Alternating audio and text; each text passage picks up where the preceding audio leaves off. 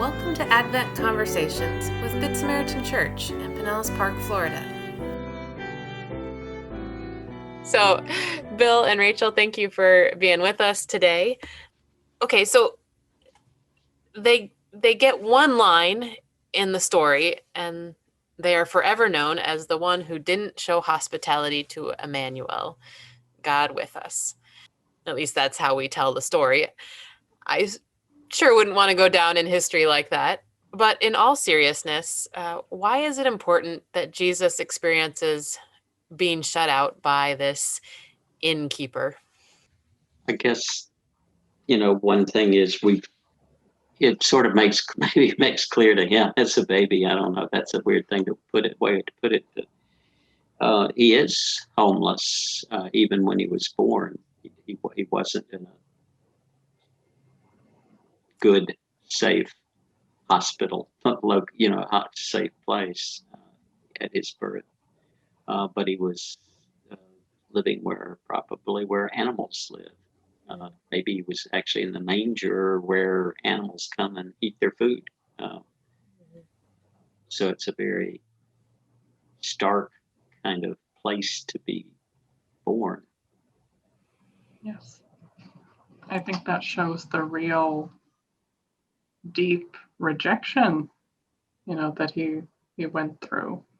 That this was not someone that was always welcomed and held in high esteem by every single person that crossed his path, as much as we'd like to think that this wasn't an easy life. And I think it's easier for us to see ourselves in that when we realize that we probably have a lot more in common with Jesus than we don't. Yeah, so for you, Bill, kind of seeing the solidarity from Jesus with those who are homeless, and for you, Rachel, with those who are rejected, or at least maybe you'd call,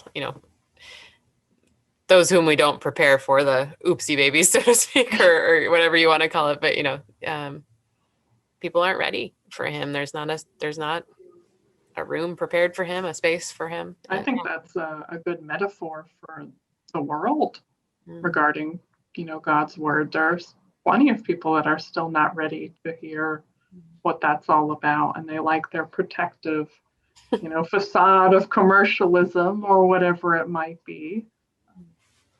That's a tough pill to swallow. And his family is poor, and so they don't have the money to buy their way into a nice place. And if he had enough money, maybe they could kick out some other people and put him in the space that and he and his family, which helps kind of us see, or helps Jesus experience, helps the visual of his poverty that he grew up in, that he was born into. His parents couldn't make reservations, didn't make reservations, or couldn't buy their way in. As you were saying that, the word that came to mind for me was displace. He and his family, they couldn't, or they wouldn't displace anyone else. And there's some beauty in that too, because those with privilege often use it to displace others. And he doesn't come into the world doing that. And maybe that's really important to the story. I've been receiving so many, phone calls from our church members and things, and I've been here at the church a little more this week. And it's an odd experience to have this empty building, this empty sanctuary, and yet hear from so many people. I just long to be in that physical space, because there's a sense of home in this sanctuary. And of course, sanctuary means kind of refuge, a safe place. And it's strange to have the door closed on that space, to say, there's all this room here, but the door is closed. And I think a lot of us this year can really resonate with that sense of at least spiritual homelessness right now, not being able to go to those places that may have helped us to feel centered and like there was a spot for us, a place for us in the world.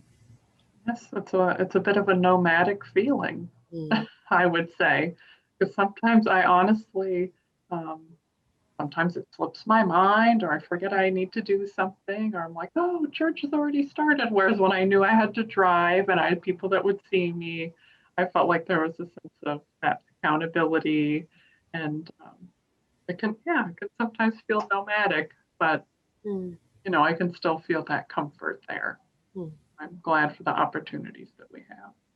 Yes. Well, what do we know about innkeepers in the time and place and culture of Jesus? Was this a hotel, a B&B? When we call them an innkeeper, what does that mean?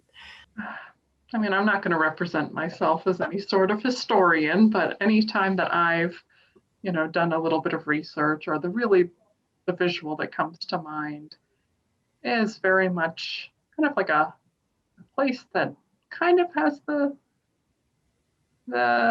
look of like a hut or something, but is bigger, just has, whatever the hut would be made out of, materials from that time. But almost like a bed and breakfast, and that I would imagine that the people lived probably somewhere on site so they could care for and maintain their place. But I'm not expecting that there was any sort of breakfast buffet or anything like that. Yeah, I think when we talk about innkeeper, it's much less of hotel manager with the lobby and the front desk, and these were more homes. We know that Roy Rudisil pointed out in our segment on the inn and the manger that the same word is used for inn as at the Last Supper for the rented upper room that Jesus and his disciples go and have that meal in. So this is probably a lot more like an Airbnb with a single room for rent, and otherwise you're with the family that lives there. Yeah, and I think about some of the simple homes that I experienced when I was on mission trips to Nicaragua and Honduras. But probably people were sleeping on the roof. So I guess the B&B is kind of where I am, the bed and breakfast. Maybe scratch the breakfast, but the on the roof or in a room. But it's not like they had separate rooms, or probably with a bunch of other people too. So it was very, very basic. Maybe even a hostel or something like that. Maybe, yeah. And maybe, one of the images I have is that the stable was really on the bottom floor. It's where the animals hung out. And the manger was probably there, not, sometimes have an image of off to a barn somewhere, but I don't think that fits at all.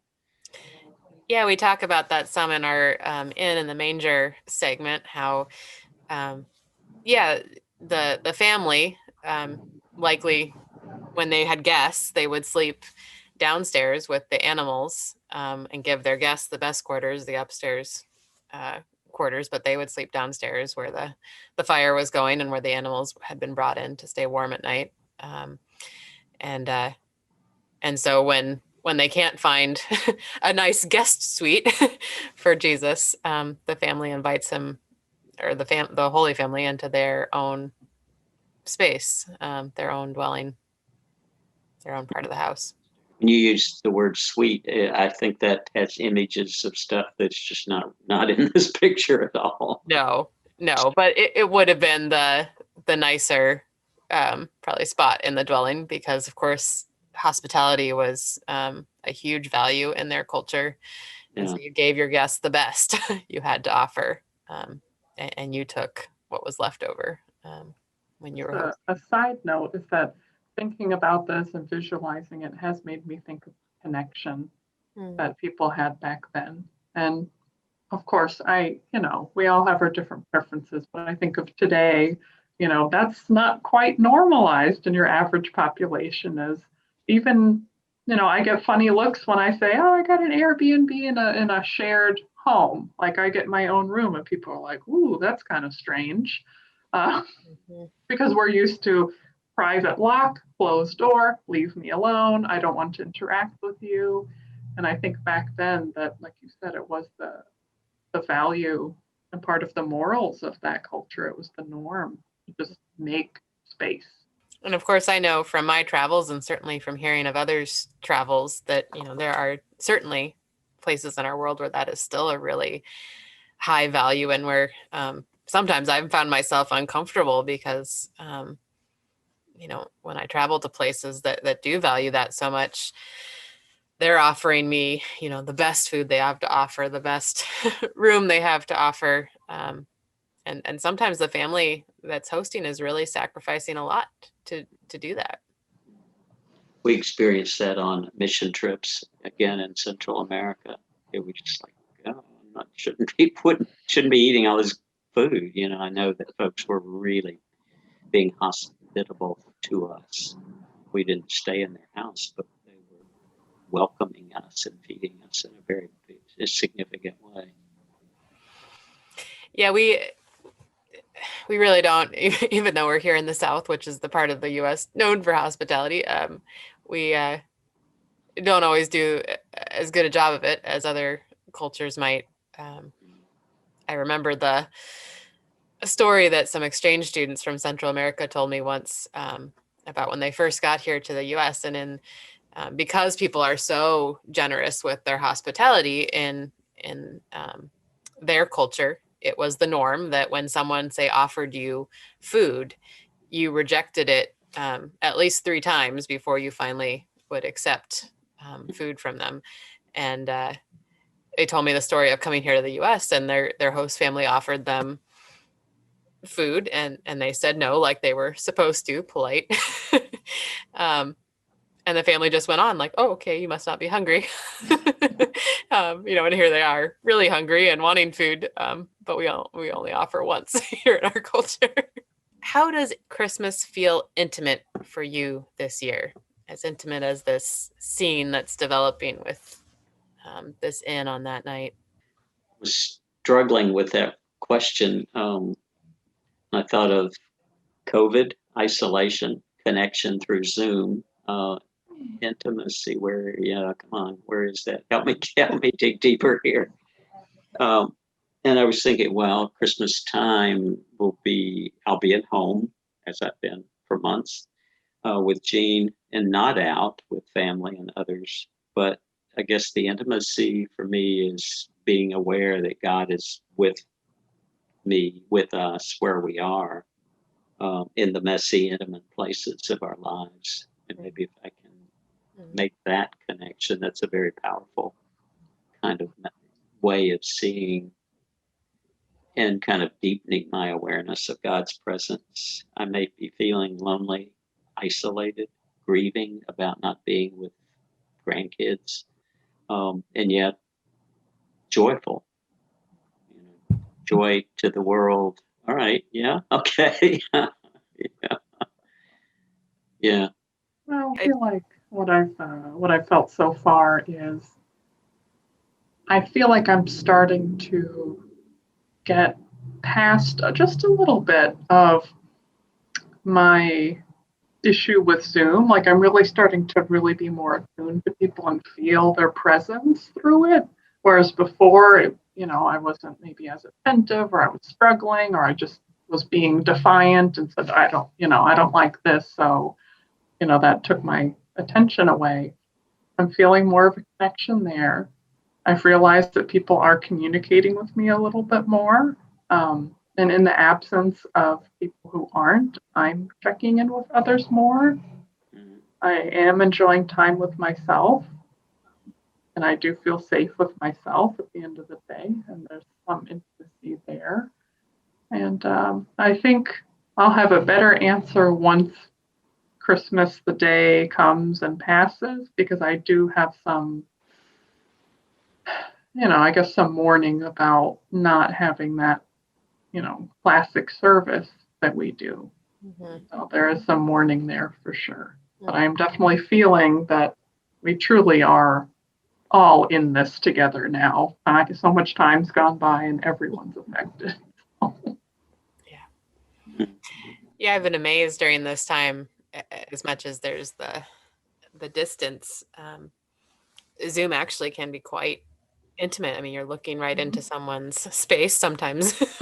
They show up for worship with their bedhead and their coffee, and there's a informality and an intimacy to that.